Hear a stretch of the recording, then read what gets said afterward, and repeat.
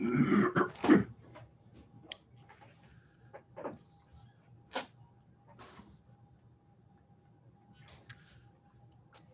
we're live, Madam Mayor. Thank you, Madam Clerk. Good evening, everyone. I would like to call this special Town of Lincoln Council meeting of August 24th, 2020 to order. Good evening, everyone. My name is Sandra Easton, Mayor of the Town of Lincoln and Chair of today's special council meeting.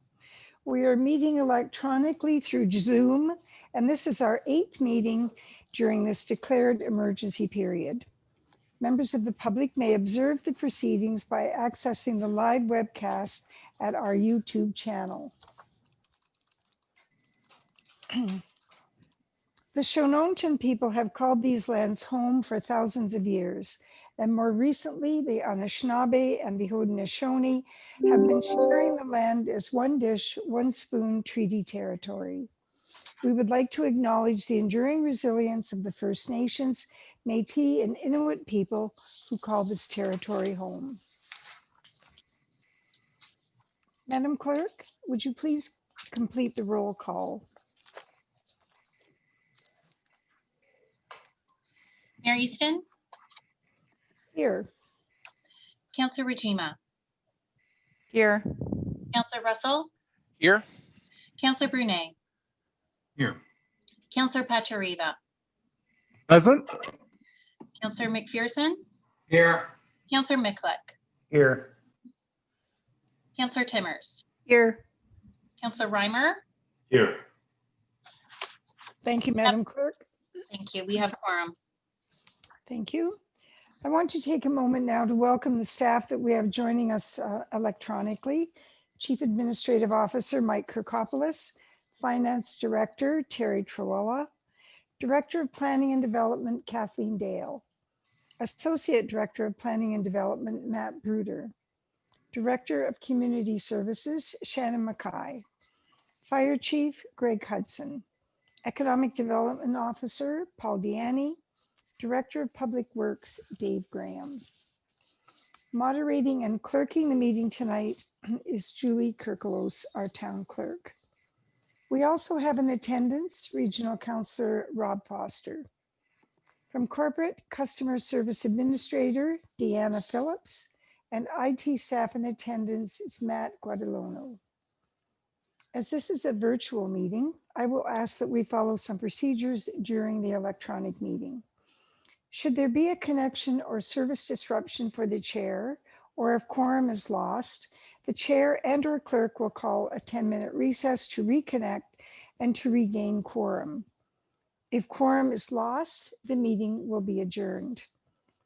If connection is lost from the chair, deputy mayor, or the vice chair, if connection is lost from the chair, deputy mayor, or the vice chair will resume the meeting. Once reconnection is achieved, the chair will assume their role. Each member of council who wishes to speak, please press the raise hand feature on your video call, and the clerk will track our speakers list today and then invite you to speak when I open it up for comments or questions. When I finish reading a motion and or announcing the mover and seconder, the clerk will then call out the vote by reading each member of council's name out loud. Please remember to take yourselves off mute during this period of the meeting so that you can confirm if you are in support or opposed. And when not speaking, please remember to put yourselves on mute. I have an amendment to the agenda and would like to add an introduction of notice of motion regarding Museum Advisory Committee to be considered immediately. Deputy Mayor McPherson, since this notice of motion is being introduced by myself, I will ask that you take the chair. That's fine. We will require a 2/3 vote to add this new item to the agenda under notices of motion as item 12.1. Mr. Chairman.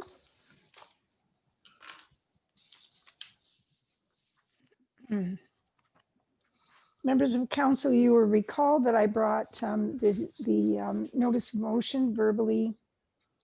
Madam Mayor, Yes, in order for this item to be added to the agenda, we require 2/3 the vote, which I will call if you don't mind. yes, I'm sorry. Yes, go Okay. ahead. So this is just to add the item to the agenda. We will get to the notice of motion should this pass, and then we will take care of it when we get to that portion in the agenda, okay? Right. Mhm. Okay, so I'm gonna call out the members' names. Please take yourselves off mute. Counselor Brunet, Yes. Counselor McPherson, Yes. Counselor Miklick, Yes. Counselor Pachariva, Yes. Counselor Reimer, Yes. Counselor Rajima, Yes. Counselor Russell, Yes. Counselor Timmers, Yes. Mayor Easton, Yes, and that carries. That will be added as 12.1. thank you. Madam Chair, could I ask that Deputy Mayor proceed for the next item? I need to come offline for a moment. Thank you.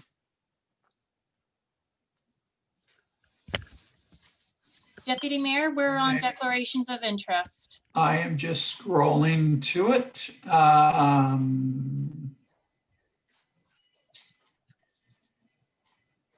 Declarations of interest. Are there any declarations of interest?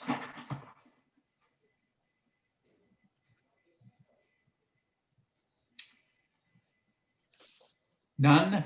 Seeing none. Announcements by members. Please remember you have a limit of 3 items. Do members have any announcements?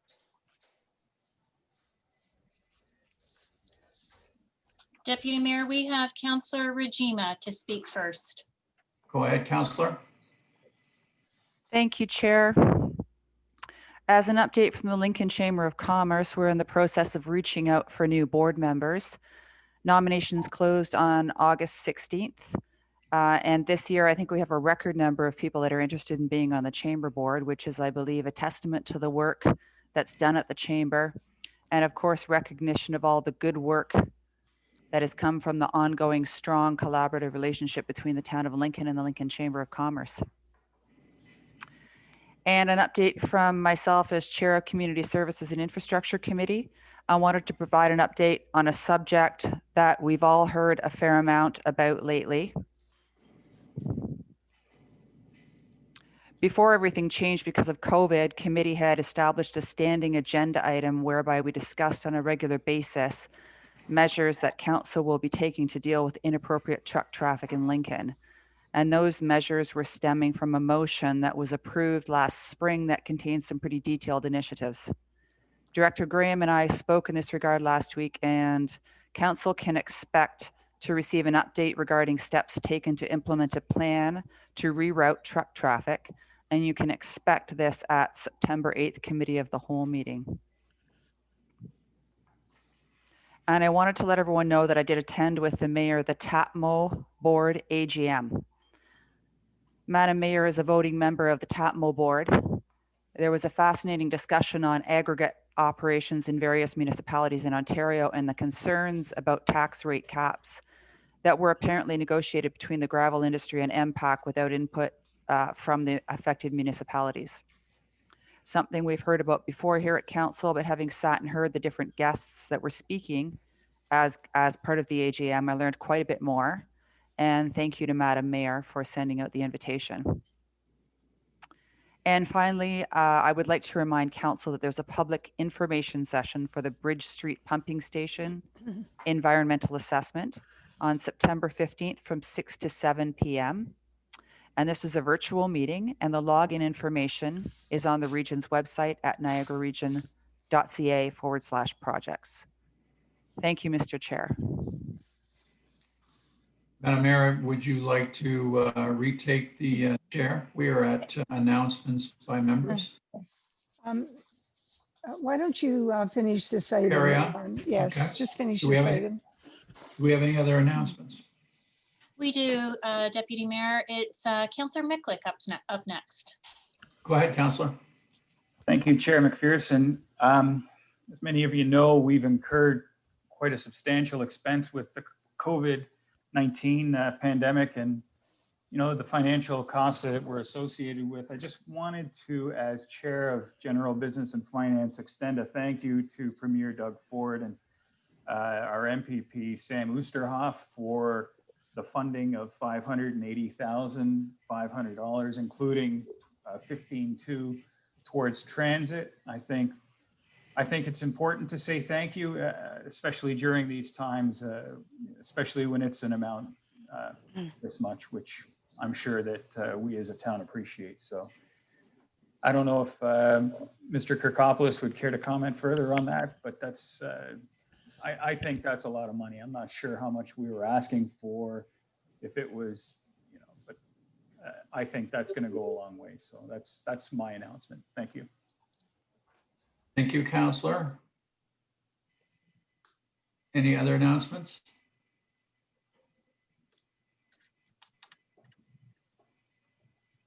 Yes, sorry, we have Councillor Russell. Councillor Russell, go ahead. Thank you, Deputy Mayor McPherson. I have two comments. The first is definitely aligned with what Councillor Njema mentioned earlier about the traffic and the speeding on Ontario Street and King Street. I know Madam Mayor has mentioned this a few times in the last little while, that there is definitely a need to bring more attention to this. And I think with Regional Councillor Foster on the call, maybe he also can take heed and bring some of this information back to his regional counterparts. That again, the load traffic isn't getting any better on Ontario, and we need to keep going forward. And I know that Councillor Njema mentioned that on September 8th, there's going to be a report coming back from Director Graham, which will be greatly appreciated. My second comment, and this is either through you to the CAO or Director Graham, there's been a lot of feedback from residents recently about increased costs associated with the new water meters. So I'm wondering if we can get some feedback or a future report on the output of the water meters and whether or not the numbers are in line with last year's numbers, or are we seeing an actual increase in demand based on people being at home with COVID, or is there actually an actual increase in output? So I'm wondering if we can get some commentary on that. Mr. CAO. Through you, Mr. Chair, to the councillor. Absolutely, councillor. We can come back with an information report that I think looks at usage, so we can provide council with a better understanding of what's the cause of the increase. I suspect it is more people being at home, and as a result of that, there has been an increase in water usage. But Director Graham, who I know has been in contact with some of the area public works directors, may have some immediate comments, but nonetheless will provide some feedback in a report format for council. All good, Councillor. Yep, thank you very much. Any other announcements, Madam Clerk? You're on mute. We have no other hands up right now. Okay, I have one quick one, and that is to announce that through a joint partnership application between the town of Lincoln and the Downtown Bench BIA, we're awarded some funds to support the Digital Main Street project. This is not the first year that we've been involved in Digital Main Street, but it's a program that will help small businesses get exposure through websites, social media, that type of thing. So very excited about that event. We will, as I said, share it between the BIA and the town.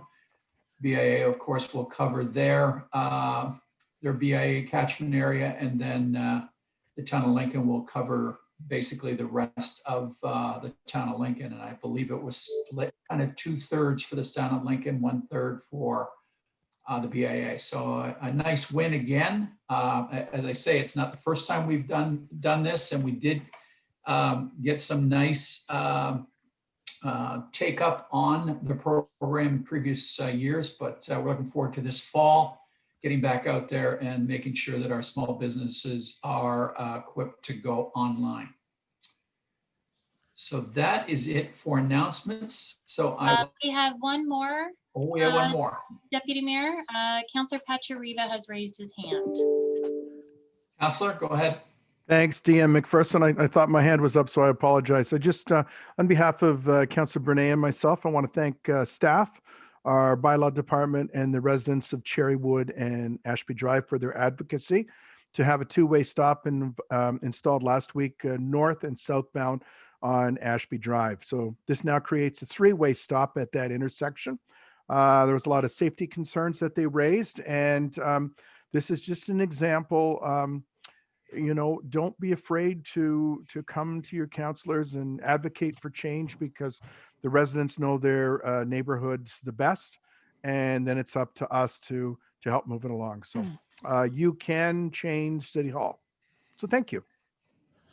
Thank you, Counselor. And I will now pass it back to the mayor for item number 7 on the agenda. Thank you very much, Deputy Mayor. Appreciate you helping me out there. And I just wanted to make a comment about Councillor Renjima's announcement regarding our April 16th, 2019 motion on truck safety. I'm contemplating something more than a report from time to time. It may not have to be every month, but it's pretty clear that the seriousness of what is happening needs to be well understood across the town by all wards. This could certainly is traffic and safety is a concern for all of us. So I'm going to be keeping that close to my heart so that it comes up very often, so that we can discuss all the situations as they are arising. We're now considering item 7.1, special council minutes of July 20th, 2020. Do members of council have any questions or comments?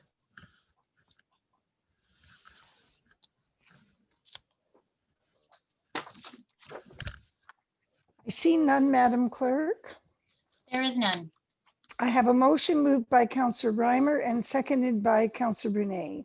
Approve the minutes of the following meetings of council. Special council minutes of July 20th, 2020. Madam Clerk, would you call out the vote? Thank you. Councillor Brunet, Yes. Councillor McPherson, Yes. Councillor Miklick, Yes. Councillor Pachariva, Yes. Councillor Reimer, Yes. Councillor Rajima, Yes. Councillor Russell, Yes. Councillor Timmers, Yes. Mayor Easton, Support. that carries. Item 8.1 is the report LS-06-20, citizen appointments to the Municipal Heritage Citizen Advisory Committee. I'm going to, I'm advising you, members of council, that we'll discuss confidential Appendix A under confidential items section of the agenda, as we normally do. Do members of council have any questions or comments regarding the report without revealing the names?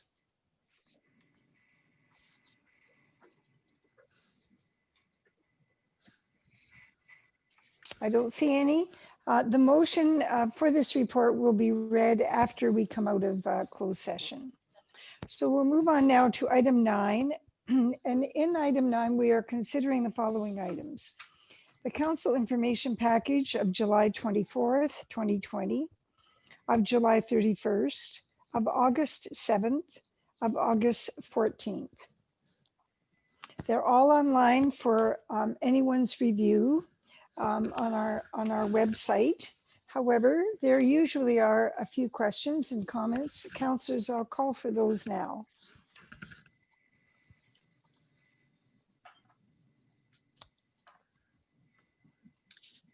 Madam Mayor, there's no one with a hand raised. All right. Then I have a motion moved by Councillor Pachariva and seconded by Councillor Renjima. Receive and file the following council information packages. Council information package July 24th, July 31st, August the 7th, August 14th. Madam Clerk, would you call the vote? Thank you. Councillor Brunet, Yes. Councillor McPherson, Yes. Councillor Miklick, Yes. Councillor Pachariva, Yes. Councillor Reimer, Yes. Councillor Rajima, Yes. Councillor Russell, Yes. Councillor Timmers, Yes. and Mayor Easton, Yes, and that carries. thank you. We now have item number 10, recommendations from standing committees. And we are now considering item 10.1, Committee of the Whole Minutes of August 10th, 2020. Do members have any comments?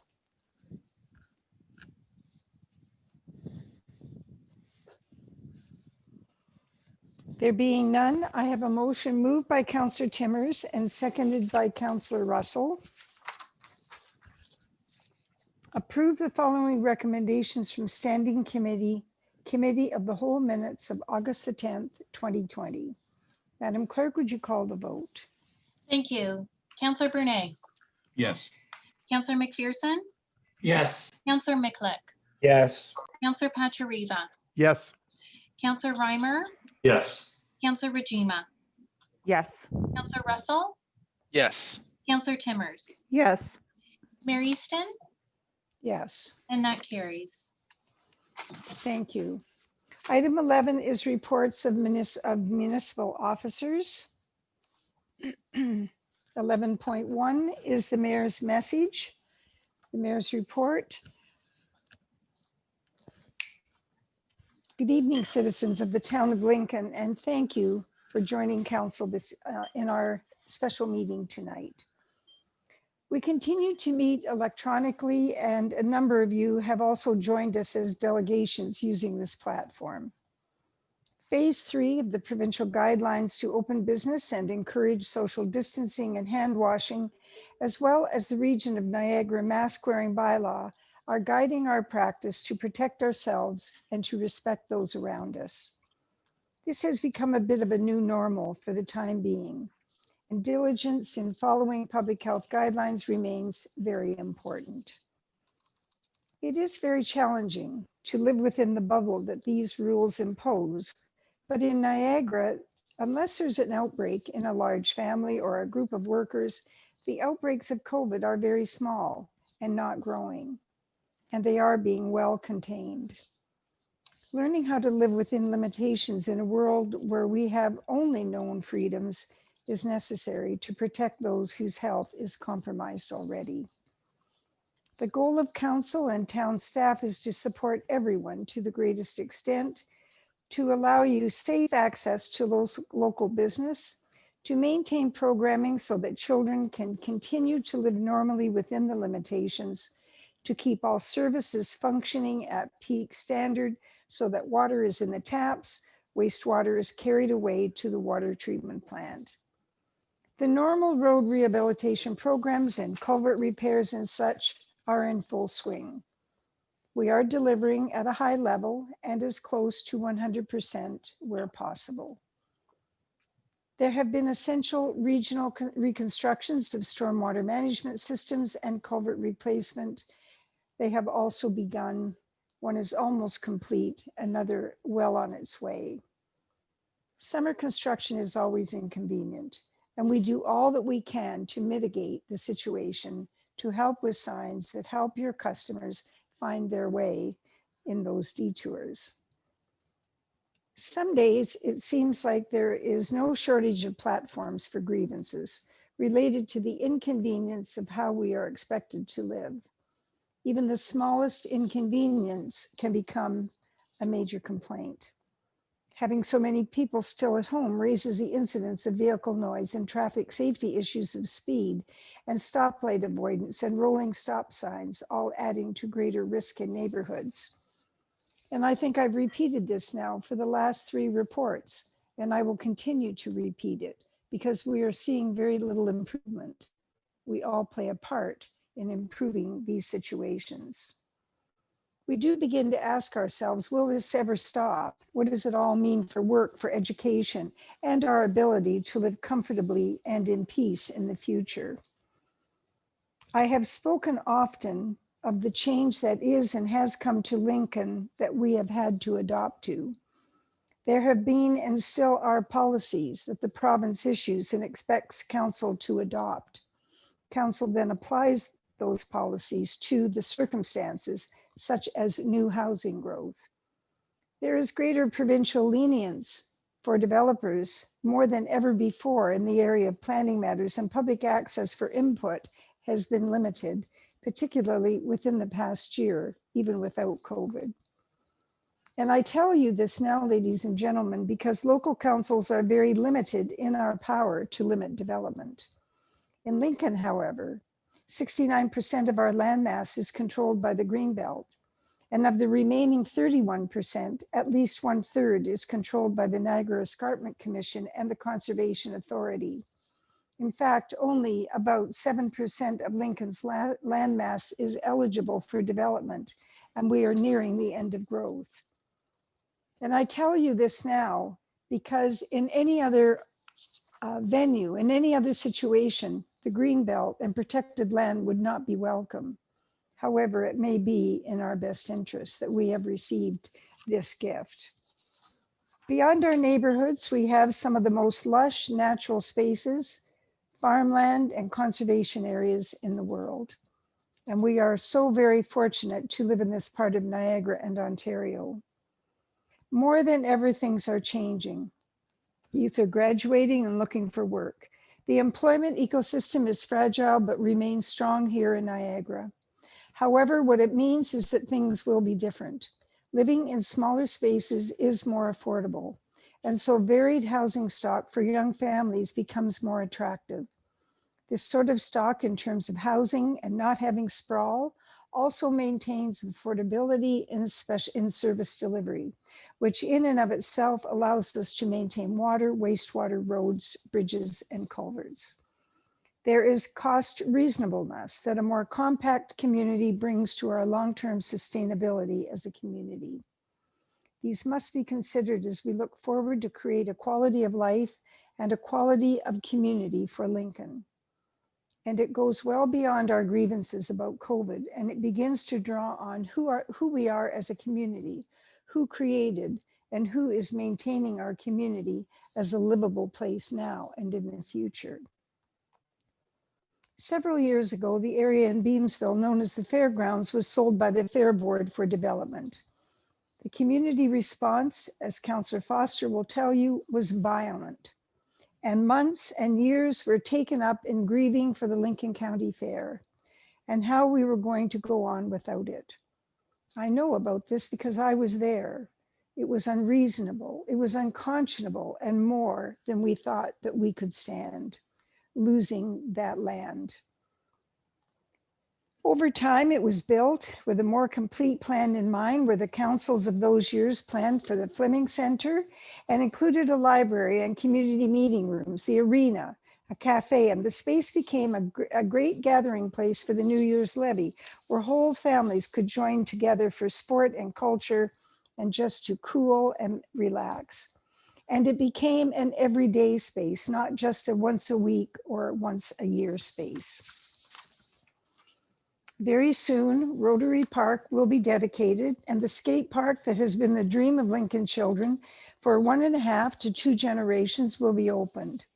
The bike pump track has already been tested, and it will be the daily trek from dawn until dusk for all ages and for children all over town and some adults. And there will be a new cultural forum for the children in Lincoln. Parents will gather on the grass and watch their children, encourage them and others, and demonstrate to their children the fine art of hanging out and enjoying the company of others. It will be safe, it will be fun, and it will develop a great sense of ownership that is so important to communities, particularly when so much of the big picture planning has been taken out of our hands. The space known as the Fairgrounds is becoming the new place for youth art and nature in the Pollinator Gardens.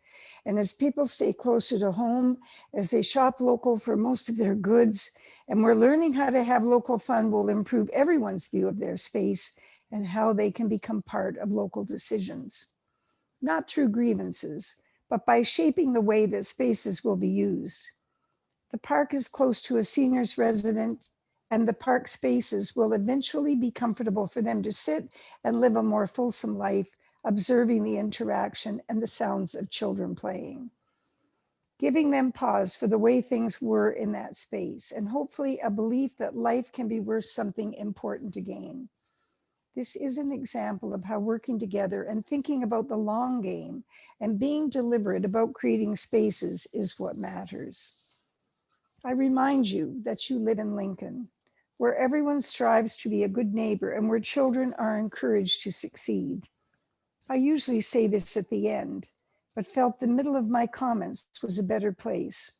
I will add to it, however, that you live in Lincoln also, where children have been the influencers in one of the most important spaces in our community, as some have done with Rotary Park, where parents and grandparents can come and watch the kiddies and find new neighbors and make friends and create a positive vibe and share the value of living in Lincoln, where ideas about how we as a town can continue to grow and interact as a community are welcome, where we listen and engage in healthy debate and dialogue, where we evolve and change, not on the basis of grievances alone, but by taking opportunities to change how we spend our time, where and how our neighborhoods join together, and by locating those places where our children will play and we can plan as adults for the future.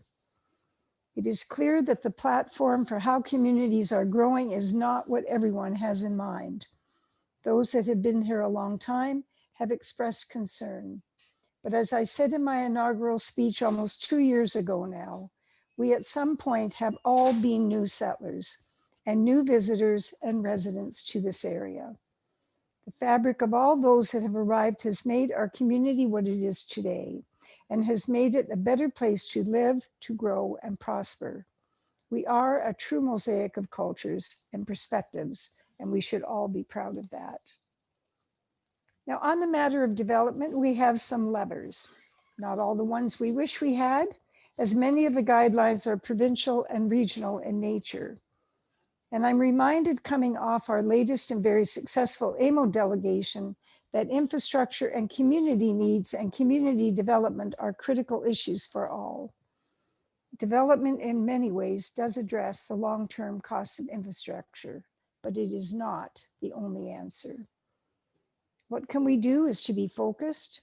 We can be surgical and specific in identifying a few areas of our town where we want to look at a street or a precinct where look, feel, and history is maintained. And I'm reminded of the word balance: old, new, modern, and historic. All have space in our community.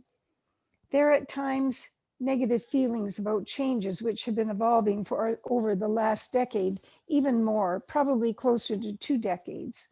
This should not necessarily influence our dispositions and how we go forward. However, listening to those voices is essential. Sometimes the better end result comes when we have debate and dialogue. Sometimes the first venture and volley at something is not always the best. And so I believe that as a community, we are better for having all voices at the table.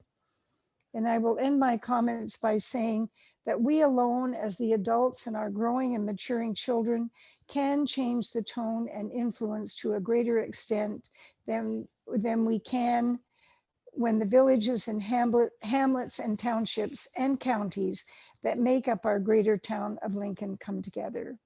We can be better and more hopeful for a future that is positive, more productive, more self-sufficient as it was in the past. And it is to a greater extent now and can be even more so in the future. I ask you to therefore, in your lives and in your community, move on from the daily grievances, participate with this council and your community, starting with your ward councilors, and make those changes you want to see. Volunteer and mentor youth. Whatever you feel matters and can make our community and region a better place. Thank you.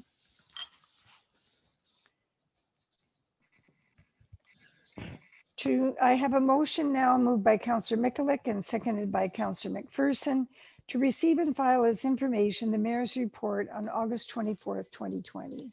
Madam Clerk. Thank you. Councillor Brunei.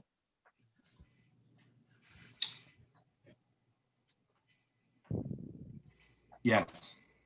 Councillor McPherson. Yes. Councillor Mikulik. Yes. Councillor Pachariva. Yes. Councillor Reimer. Yes. Councillor Rajima. Yes. Councillor Russell. Yes. Councillor Timmers. Yes. Mayor Easton. Yes. That carries. Thank you, Madam Clerk. We now move on to 11.2 Regional Council Update. And I call on Councillor Rob Foster, our regional representative, to provide that update. Rob? Thank you, Mary Easton.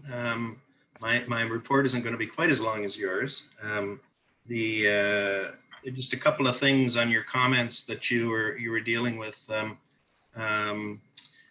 Another one who had to deal with this, Councillor Pachariva, he got to live and breathe this whole fairgrounds thing as well. So I guess we're the two holdovers here, but I just want to give a shout out to staff. I see Dave, I see Kathleen, they both had to live and breathe that entire process that we went through as well. And you know, you had mentioned violent. No, there was no violence, or there was not a violent situation with that. What it was, however, was it certainly forced us as a community to figure out what we're about and how we're going to move into the future. So anyway, it can be looked at as both in a good and a bad spot in our history over the last number of years, but on we have moved, and we have the beautiful facilities that we have. And by the way, thank you, town staff. I saw the video of the new pump track with the test out, I guess, if you want to put it that way, and a lot of excitement coming down the road with that. My report that I gave to you guys, first of all, I was re-elected to the board of AMO.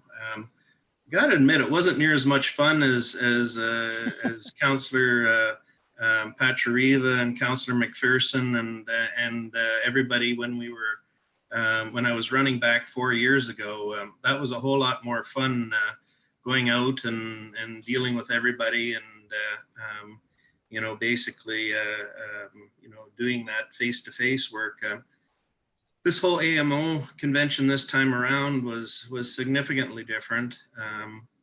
What I would like you guys to do, and please, you know, take the opportunity to do it. There are surveys that are going on at the tail end of this, and you know, please pass back through. You know, if there were things about it that you really disliked, you know, please make sure that you mention those.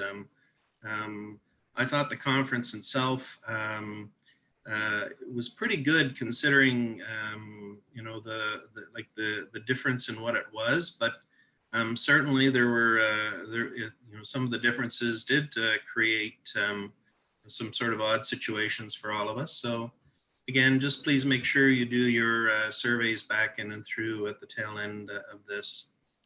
I just wanted to briefly mention the Niagara Region official plan is starting to come into play. Our planning committee at our last meeting had items that went on with that. There are a number of reports are going to be built over the course of the next 8 months or so. And, you know, just to sort of go along with Mary Easton's comments, you know, Lincoln, and I'm meaning this in all the best way, Lincoln kind of has their act together when it comes to where we're going with planning and where we're going to with a variety of things. But the thing is, the official plan at the region is going to have some major effect on our municipality as well. My opinion, the last one that was done was a bit of a miss. They did not truly, it did not truly reflect what was happening within Niagara, and we have to make sure that you know, the good work that's being done in Lincoln is going to be reflected within the official plan as well. So whenever you get an opportunity, when these meetings are coming up, you know, please at least consider participating within those. I know again, Kathleen and Dave, and I'm sure Mike are going to have to spend time with some of these things, but as counselors, you know, please keep your eye on that. We had an interesting meeting last week. We had a KPMG report come back to us. This is the second time we have received it. Mary Easton and I have had a few discussions around this particular report. For all intents and purposes, KPMG went through and did a review of, I would call it a value review of services at Niagara Region. I think maybe that's the easiest way to say it. What it does, or what it did, is it pointed out a number of areas that we can take a look at, and it's around service sustainability. Now, can't really talk about some of these things because a number of them were closed session items, because there's labor implications that are involved with some. So, but I can tell you, our CAO, Mike, and the CAOs across Niagara have been discussing a number of these areas. Integration of service deliveries with the differing levels. In our case, the discretionary service reductions. There's alternate service delivery that has to be seriously considered, and also some operating changes that could potentially come into play. So those are the four broad areas that this particular report was bringing back to us. Mayor Easton and I are both going to be quite actively involved with this file over the course of the next couple of months, as we're going through and reviewing even further what's going on. But if I can outreach to the CAO, Mike, he can basically explain some of the discussions that have been going on at the CAO level, and where in particular some of the service delivery items are coming into play. And with that, I think that's all I really wanted to bring up this evening. We have, I'm aware of the mayor's email that she sent back to the region concerning concerns about traffic, and Mayor Easton and I have talked about that. My own opinion is that collectively people have lost their minds when it comes to driving, both in our municipalities and on the major freeways. But there are things that we can be doing, and anyway, there's much discussion going on in the background with these things. So with that, I'll leave it at that, and perhaps maybe to Mr. Kirkopoulos, if you could just mention some of the things going on at the CAO level, just to go along with what I was stating. Thank you very much, Councillor Foster. And CAO Kirkopoulos, when you're making your comments, would you consider some advice to council on a possible time that we might be able to have a look at some of the implications of the report that Councillor Foster just discussed? Thank you very much. Mr. Kirkopoulos. Through you, Madam Mayor, and to all of council, and thanks to Councillor Foster for highlighting this. The councillor is correct that as a CAOs group across Niagara Region, following the previous government review, looking at service delivery, looking at how there's a potential for municipalities to come together. And while that decision wasn't made to look at a sort of amalgamation, I think what came out loud and clear was that it is important for municipalities to look at their own respective needs and find ways to find efficiencies, to capitalize on new technologies, to look at our own governance models and various financing mechanisms, really with a goal to reshape government and how government is delivered. And so the municipalities did have a consultant work with us to identify a couple of key areas, and there's probably a lot of overlap with the KPMG report that Mayor Easton and Councillor Foster have highlighted. But a few of the key areas that we are looking at as municipalities across the board fall in a couple of categories, and just to highlight those, one is kind of the digitization. And so we're starting to look at that, and council will be receiving a corporate systems review report shortly. But there is some transactional services that we can look at. There's more of an open data and a sharing of information.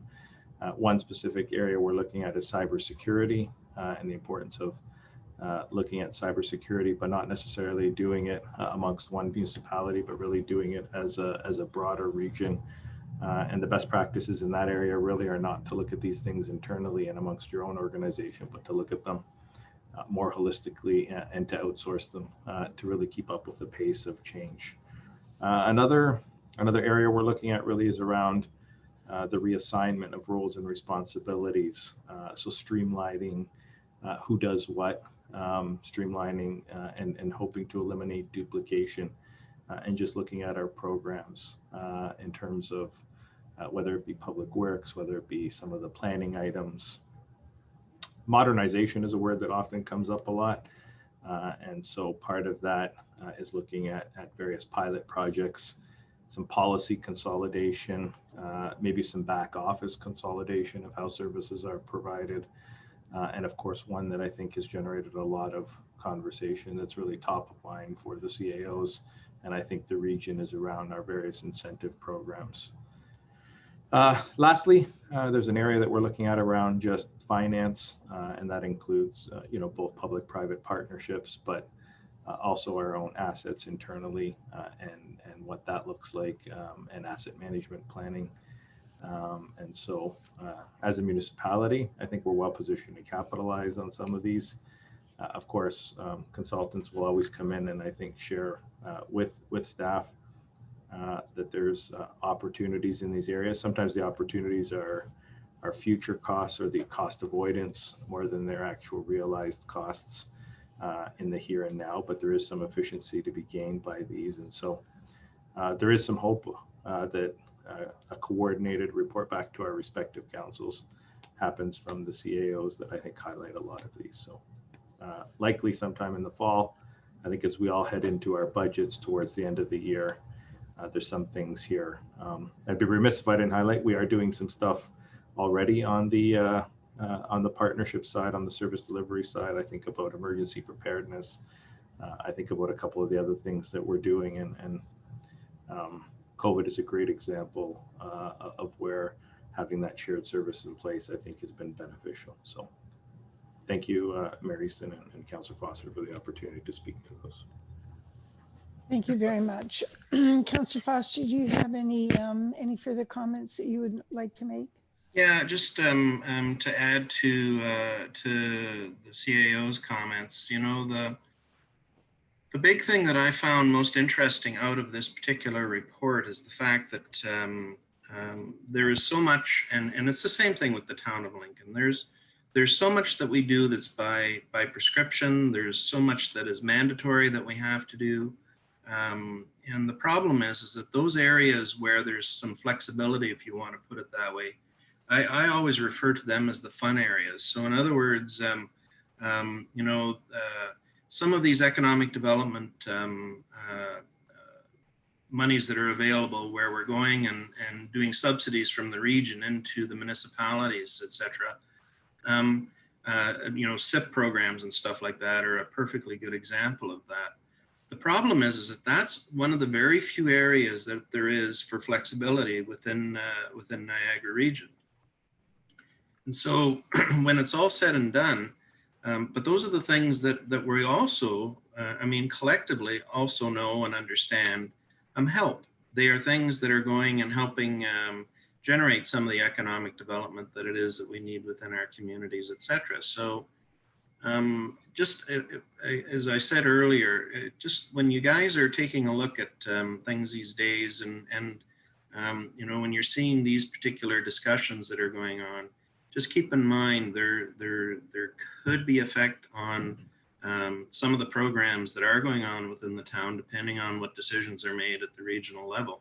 So make sure that and I will be advocating, and I have been all the way along, but make sure that the discussion points are coming back through loud and clear from the town of Lincoln on what's working and what's not working, and hopefully we can make decisions accordingly. I'll leave it at that. Thank you, Mayor Easton. Thank you very much, Councillor. Now, do members of council have any comments or questions of Councillor Foster? Madam Mayor, we have Councillor Pachariva to speak next. Thank you very much. Councillor, please go ahead. Yeah, thanks, Your Worship. I just want to congratulate Councillor Foster on his reelection to the AMO board. Rob, you started your work out at OSAM, and working those lunches and the hospitality rooms to get that to pimp Rob Foster across the province was missing this year. And I know you had a little bit of reservation because that wasn't there, but you came through. So looking forward to a little bit of your help. I'm going to bring this around to the mayor's email, and that we've recently completed our transportation master plan and a call for a stoplight at Stadelbauer and King.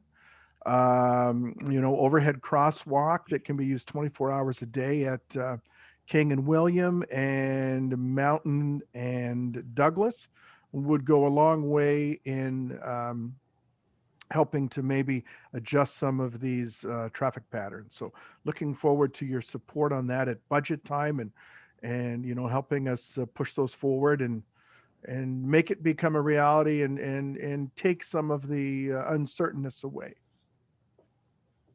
Through you, Mayor Easton, very valid points, Councillor Pachariva, on the traffic items. And I think all of you know me well enough that road and traffic safety has been and continues to be a major item for myself as well. And I have been advocating in particular for the Stadelbauer and King lights for I don't know how long. I'm learning with Niagara Region is that it's, how can I say this? It's slow. Let's put it that way. And so, an awful lot of these things are laid out. There's some major programs that are going on where the region is investing money, but there's only bits and pieces that seem to be coming into play for some of the outlying municipalities. I've always been a little bit annoyed that it seems whenever St. Catharines raises their finger, all of a sudden the region is running in and making sure things are taken care of. So it's a real quandary, and it's probably one of the negatives about Niagara Region, to say the least. So anyway, but that's the battle that Mayor Easton and I go through all the time. And I have been putting tremendous pressure on our traffic department.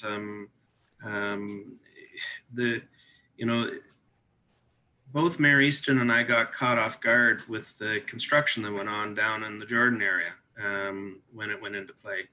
I can tell you both of us were extremely annoyed and let our feelings be known, I'd say quite dramatically at Niagara Region out of that. There's an expectation coming into Public Works next week that we have an ongoing report that's going to show us where they're moving these operation schedules in and around so that we can go and have at least some idea of what operationally they're thinking about. The capital side of things is always obvious when it's coming along, but sometimes we're just not sure where they're going with some of this operation stuff. So anyway, stay tuned for that. I'm hoping I'm going to be bringing back better news in September for you guys. So thank you. Thank you very much. I don't see anyone else, Madam Clerk. No, Madam Mayor. I have a motion moved by Councillor Brunet and seconded by Councillor Reimer to receive and file as information Regional Councillor Foster's update on August the 24th, 2020. Madam Clerk, if you would call the vote. Yes, thank you. Councillor Brunet. Yes. Councillor McPherson. Yes. Councillor Miklick. Yes. Councillor Pachariva. Yes. Councillor Reimer. Yes. Councillor Rajima. Yes. Councillor Russell. Yes. Councillor Timmers. Yes. Mayor Easton. Yes. And that carries.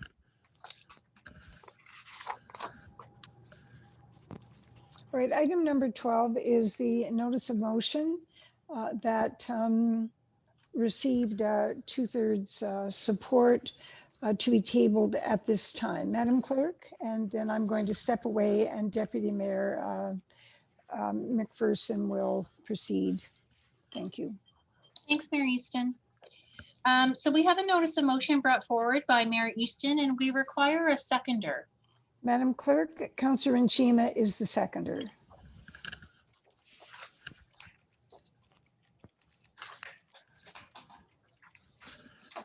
And this is with respect to the Museum Advisory Committee. For this item to be considered immediately upon its introduction, we require 2/3 the vote. Deputy Mayor, do you mind if I just call out that vote right now? No, go right ahead. Thank you. Councillor Brunet, Yes. Councillor McPherson, Yes. Councillor Miklik, Yes. Councillor Pachariva, Yes. Councillor Reimer, Yes. Councillor Rajima, Yes. Councillor Russell, Yes. Councillor Timmers, Yes. Mayor Easton, Yes. and that carries.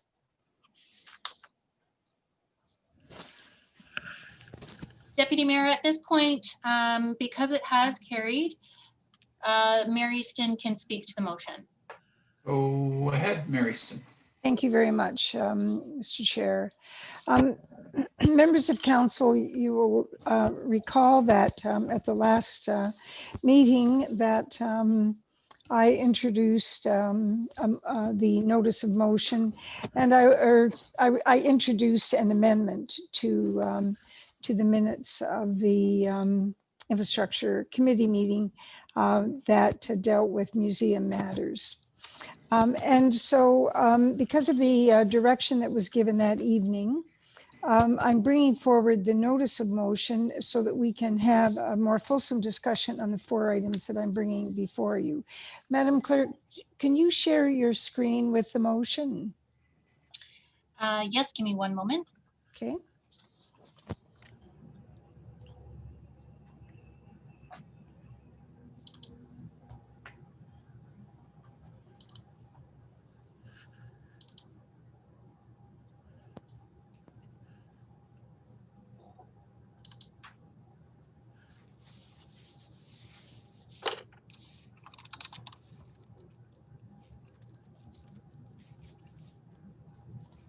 Sorry, 1 second. I'm just trying to bring it up.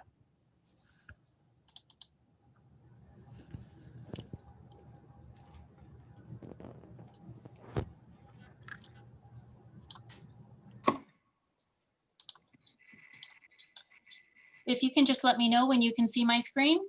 I can see it. Thank you. All right. Madam Clerk, it's my understanding that you circulated this to members of council earlier today. Is that correct? I did, yes, just to give them some notice of what is coming forward. Absolutely. Yes, okay, that's fine.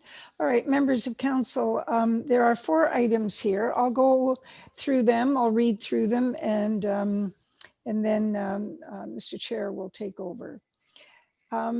Moved by myself and Councillor Nchima that community services staff in partnership with legislative services / clerks staff be directed to bring forward a report to the September 28th meeting of Committee of the Whole, General Business and Finance Committee, regarding the creation of a new Museum Citizen Advisory Committee. That staff included draft terms of reference for consideration, and council appoint 2 members of council to the Museum Citizen Advisory Committee. And that staff led by Legislative Services, Clerk's Department, bring back a further report to the October 19th meeting of Committee of the Whole, General Business and Finance Committee, outlining the process and timelines for the timely recruitment of public members of the Advisory Committee. And that once the Museum Citizen Advisory Committee, set to be approved by council on November 16th, 2020, is officially approved, that the advisory committee at its first scheduled meeting elect a chair and a vice chair. That's the content, Mr. Chair.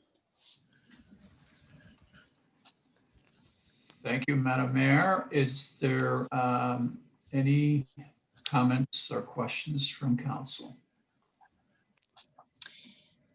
Deputy Mayor, it looks like Councillor Russell has raised his hand. Councilor Russell, go right ahead.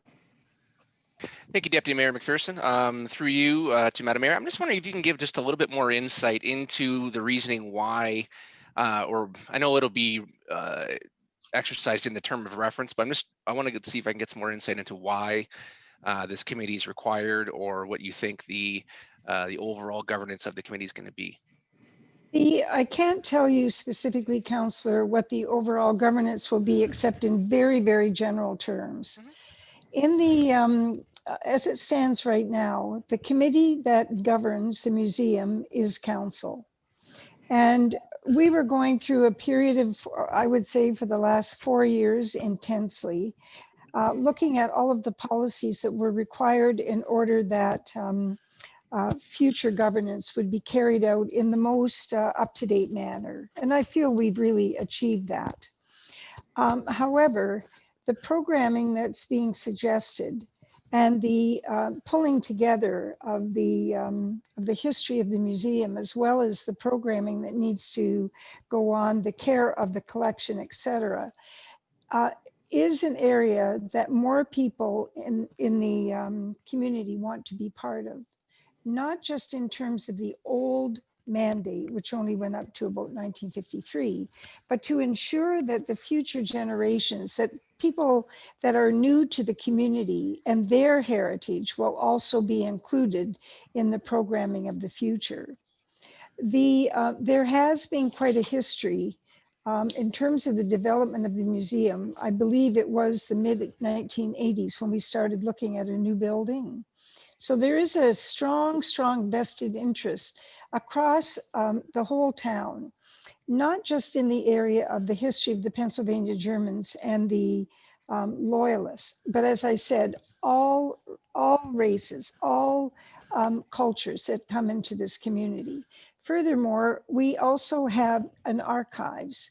The archives that looks after all the ephemera, the paper, all of the family histories, all of that information needs to be pulled together. Some of it is at the library, so there's already a vested interest in it.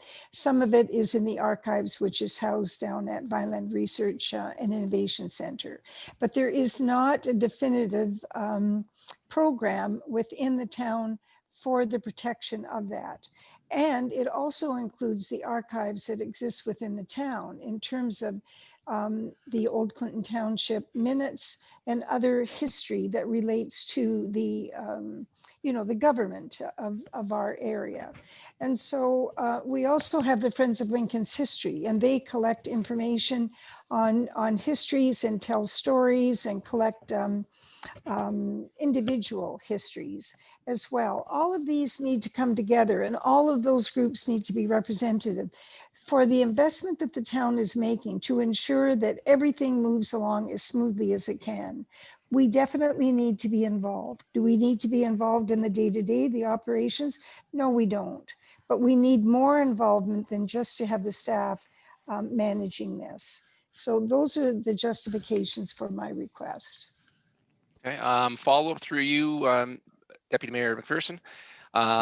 Possibly to the clerk. Again, I'm assuming that, like other citizen appointed committees, the governance model would be somewhat similar in that they would, again, take information, be a lens for whatever issues and things that they bring forward, but the recommendation would still come back to council. Council makes a decision. Is that, am I on the right ballpark?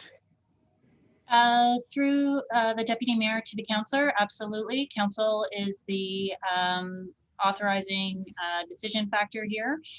So just like all the other citizen advisory committees where we make recommendations and give advice, council is the decision maker. Okay, thank you. Any other questions?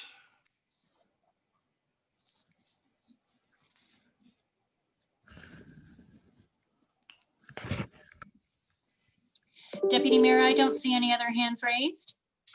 So the only, well, a question I would have is, and maybe this is true to the CAO, where do we stand today, Mr. CAO, on the expected ribbon cutting date on this museum? Through you, or to you, Councilor McPherson, Shannon's probably got a better idea of where we're at. Director McKay does. I mean, my goal, and I think all of our goals, looking at where construction is currently at, is definitely October, November. In terms of where we're at for that, nothing official yet in terms of pulling that together. I know Andrea and the mayor's and CAO's office is going to be working with staff, I think, on a broader invite list. But there isn't a date to my knowledge that's been set. And Shannon, I think I'm correct in saying October, November is still where we're aiming.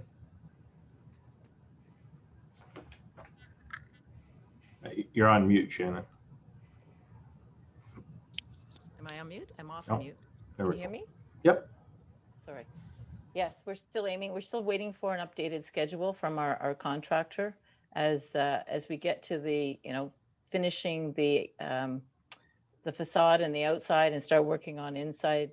It's hit and miss on where we're still experiencing delays in supplies and materials. So they're still trying to finalize the revised critical path to completion. And as soon as we have that, we will be communicating. But we have been working and telling our key funders that we will have this finished before the end of the year and the ribbon cutting before that time as well.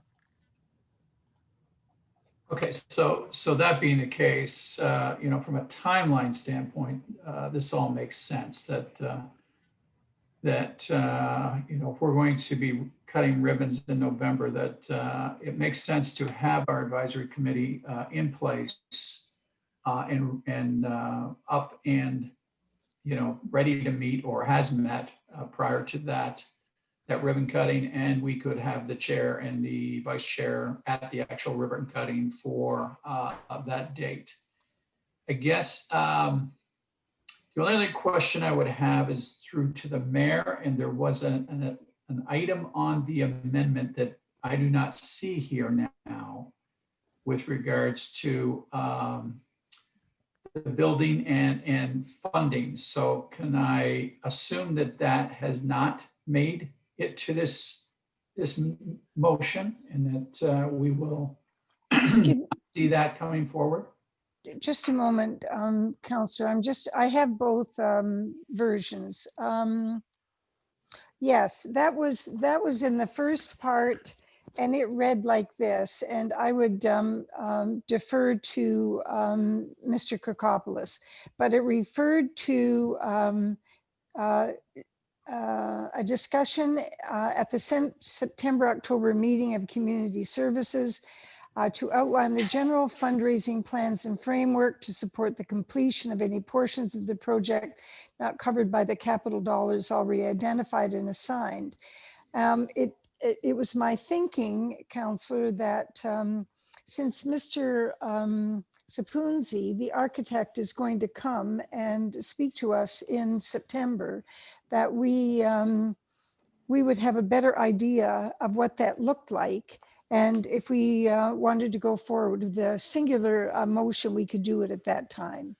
And I'll hang on to this language and see if it's relevant. But it is a very important item and very timely. Okay, well, I am pleased that we've condensed this to the advisory committee. Pleased to see that. And, although I think that there are, there are natural things that happen when an advisory committee is coming together, such as terms of reference and such as electing a chair and vice chair, that is the normal course of setting up a museum or any kind of citizen advisory committee, which basically directs the staff to do what I would expect would happen anyway when we put a committee together. The important point for me in this motion, and the one that's got me supporting it, is that we want this to happen prior to the ribbon cutting. Yeah, absolutely. I appreciate that, Deputy Mayor. So are there any other questions, Madam Clerk, at this time? Yes, I actually have the CAO to speak and then Counselor Timmers. Or did Counselor Timmers want to go first and the CAO can speak after? Sure, that would be fine. Thank you, through Mary Ston. I absolutely support this motion, and I think it is very timely and extremely important that we have this advisory committee in place as the museum opens. If you take a quick search, most cities and towns have museum citizen advisory committees. And this is something that came out of the strategic day that we spent an entire day working on a strategic plan. And this was one of the things that was top priority. So very happy to see this motion and completely support it. Thank you, Councillor. And Mr. CAO? Through you, Mr. Chair, and thanks for the opportunity. I just wanted to highlight, I think Councillor Timmers touched on some of it, but a lot of municipalities in our cursory review and in our overview of other municipalities do have similar committees, and oftentimes they're established to advise and to assist both council and staff. I think I speak for everyone when I say we have the utmost confidence in our staff and Jessica and others who are going to be there every day to deliver a great museum and a great running of that museum. But oftentimes these volunteer committees and advisory committees are absolutely essential and really focus on things like mandate review, collection oversight, and act as public advocates in support of the museum's mandate. So look forward to including some of that in terms of statement of purpose and composition and reporting structure when we come back with the terms of reference. So thank you. Very good. Are we clear, Madam Clerk? We are, Deputy Mayor. I will now ask our clerk to call out the vote. Julie, go ahead. Thank you. Counselor Brunet, Yes. Counselor McPherson, Yes. Counselor Miklick, Yes. Counselor Pachariva, Yes. Counselor Reimer, Yes. Counselor Rajima, Yes. Counselor Russell, Yes. Counselor Timmers, Yes. Mayor Easton, Yes. and that carries. Thank you very much, Madam Clerk. Mr. CAO. We're now at, thank you very much, Deputy Mayor. We're now at item 13, motion to consider confidential items. And we will now consider all agenda items listed under motion to consider those items.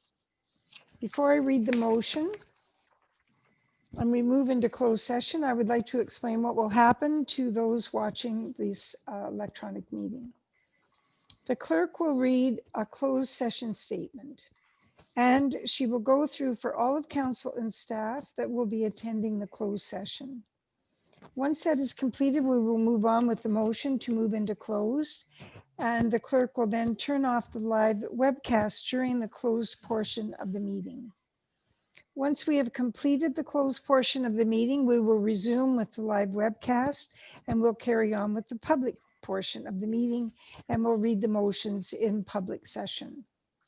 I will now ask the clerk to conduct the closed session statement for all of council and others attending the closed session. Madam Clerk. Thank you, Madam Mayor. Good evening, everyone. Before we begin the closed session, all members are reminded that any discussions in closed are to remain confidential as per our procedural bylaw and our code of conduct for the Council of the Town of Lincoln. Before we begin, I need each member that is attending electronically to confirm the following: that you understand that matters are to remain confidential, and confirm no one else is present with you, and confirm no one else can hear this closed session, and confirm that you are not using any electronic devices other than your tablet or computer for the video conferencing, and confirm that you are not recording this portion of the meeting. If you acknowledge all of the above, please reply with "I understand and confirm" to all of the statements as I read your name aloud. Mayor Easton. I understand and confirm to all of the statements. Thank you, Councillor Rajima. I understand and I confirm all of the statements. Councillor Russell. I understand and confirm all of the statements. Councillor Brunet. I understand and confirm to all the statements. Counselor Petrieva, I understand and confirm to all of the statements. Counselor McPherson, I understand and confirm to all of the statements. Counselor Micklick, I understand and confirm to all of the statements. Counselor Timmers, I understand and confirm to all of the statements. Counselor Reimer. I understand and confirm to all the statements. Thank you. CAO Mike Kirkopoulos, I understand and confirm to all of the statements. Director of Community Services Shannon McKay, I understand and confirm to all of the statements. Director of Public Works Dave Graham, I understand and confirm to all the statements. Director of Planning and Development Kathleen Dale, I understand and confirm to all of the statements. Associate Director of Planning and Development Matt Bruder. Understand and confirm to all the statements. Thank you. Economic Development Officer Paul Deanne. I understand and confirm to all the statements. Finance Treasurer Terry Terwala. I understand and confirm to all of the statements. The Corporate Customer Service Administrator Assistant Deanna Phillips. I understand and confirm to all the statements. And myself as the Town Clerk, I understand and confirm to all of the statements. That's Thank it. you Madam very Mayor. much. Thank you very much, Madam Clerk. I have a motion moved by Councillor Rinchema and seconded by Councillor Timmers. Under Section 239 of the Municipal Act, notice is hereby given that council adjourn to closed session in order to address items 13.1 and 13.2 and all other items as follows. 13.1, pursuant to the Municipal Act, Section 239, Section 2B, personal matters about an identifiable individual, including municipal or local board employees as it pertains to report LS-06-20, citizen appointments to the Municipal Heritage Citizen Advisory Committee. 13.2, pursuant to the Municipal Act, Section 239, subsection 2H, information explicitly supplied in confidence to the municipality or local board by Canada, a province or territory or a crown agency of or any of them. Subsection K, a position plan, procedure, criteria on or to be carried on by or on behalf of the municipality or local board as it pertains to Metrolinx Niagara Go expansion. I will now ask our clerk to call out the vote. Thank you. Counselor Brunet, Yes. Counselor McPherson, Yes. Counselor Micklick, Yes. Counselor Petrieva, Yes. Counselor Reimer, Yes. Counselor Regima, Yes. Counselor Russell, Yes. Counselor Timmers, Yes. Mayor Easton, Yes, that carries. thank you. Madam Clerk, please proceed with the technical requirements to move into closed session. Thank you.